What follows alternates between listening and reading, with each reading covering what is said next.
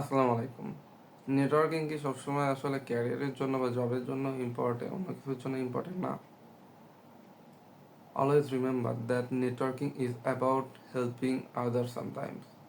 ওকে, so কখনো কখনো আপনি মানুষকে নেটওয়ার্কিংয়ের মধ্যে হেল্পও করতে পারেন। ধরেন যে আমি তো সবসময় আসলে ক্যারিয়ারের জন্য যে নেটওয়ার্কিং করি বা মানুষের সাথে পরিচয়ের ব্যাপারে তা না, আমার পরিচয় হতে ভালো লাগে এখন। ঠিক আছে, আগে ইন্ট্রোভার্ট ছিলাম, বাট এখন পরিচয় হতে ভালো লাগে, মানুষের সাথে কথা বলতে আমার ভালো লাগে, মানুষের সম্পর্কে জানতে আমার খুব ভালো লাগে, মানুষের একজনের পার্সোনালিটিটা জানতে খুব ভালো লাগে।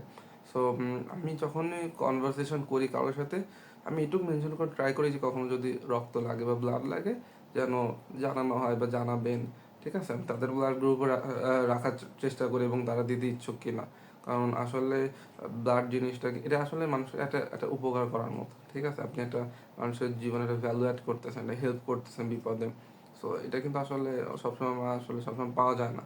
ঠিক আছে, সো আমাদের এলাকায় বা অন্যান্য এলাকা থেকেও যদি কখনো ব্লাডের দরকার হয় আমাকে যেন ছেড়ে জানে, তখন বলে যে ভাই দেখ একটু ম্যানেজ করা যায় কিনা, ভাই দেখো একটু ম্যানেজ করা যায় কিনা এই গ্রুপটা। ঠিক আছে, সো এটা কিন্তু একটা একটা বেশ ভালো একটা সুযোগ মানুষের হেল্প করার।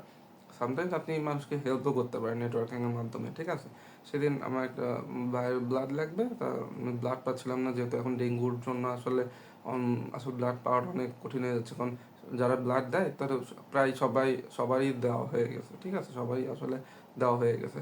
সো আসলে ব্লাড পাওয়াটা টাফ হয়ে যাচ্ছে। সো আমি আমার এক বন্ধুকে বললাম, যেহেতু আমি আমার আসলে ওই গ্রুপটা আসলে কোথাও পাচ্ছিলাম না। ঠিক আছে, আমি আমার কন্ট্যাক্টে 40-50 জনের মতো ছিল, সবার দেওয়া হয়ে গেছে।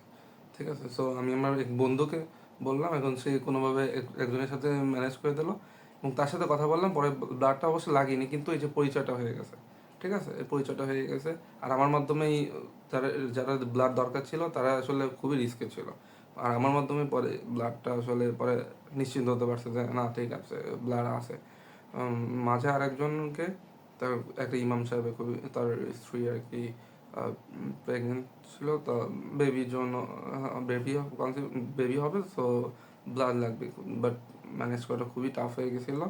পরে আলহামদুলিল্লাহ কোনো সমস্যা হয়নি, ইনশাল্লাহ তারা তারা এখন সুস্থ আছে আলহামদুলিল্লাহ।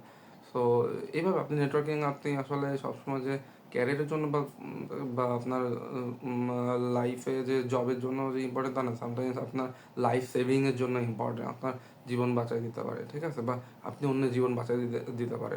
ঠিক আছে, খুবই খুবই খুবই ইম্পর্টেন্ট আসলে এটা।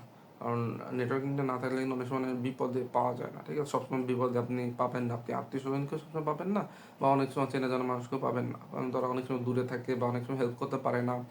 সো নেটওয়ার্কিংটা আসলে এই ক্ষেত্রেও আসলে ইম্পর্টেন্ট, মানুষের সাহায্য করার জন্য চেষ্টা করবেন, মানুষকে যতটা সাহায্য করা যায়, যেভাবে মানুষের লাইফে ভ্যালু অ্যাড করা যায়। আমি চেষ্টা করি যতটা আর কি মানুষকে সাহায্য করতে পারি, মানুষের লাইফে ভ্যালু অ্যাড করতে পারার জন্য, মনে রাখতে পারে। মনে না রাখলেও সমস্যা নেই, অ্যাটলিস্ট আমি যেন হেল্পটা করতে পারি, আল্লাহ যেন খুশি হয়। এটাই আমার সবসময় আসলে টার্গেট থাকে। আজকের মতো এখানে। আসসালামু আলাইকুম।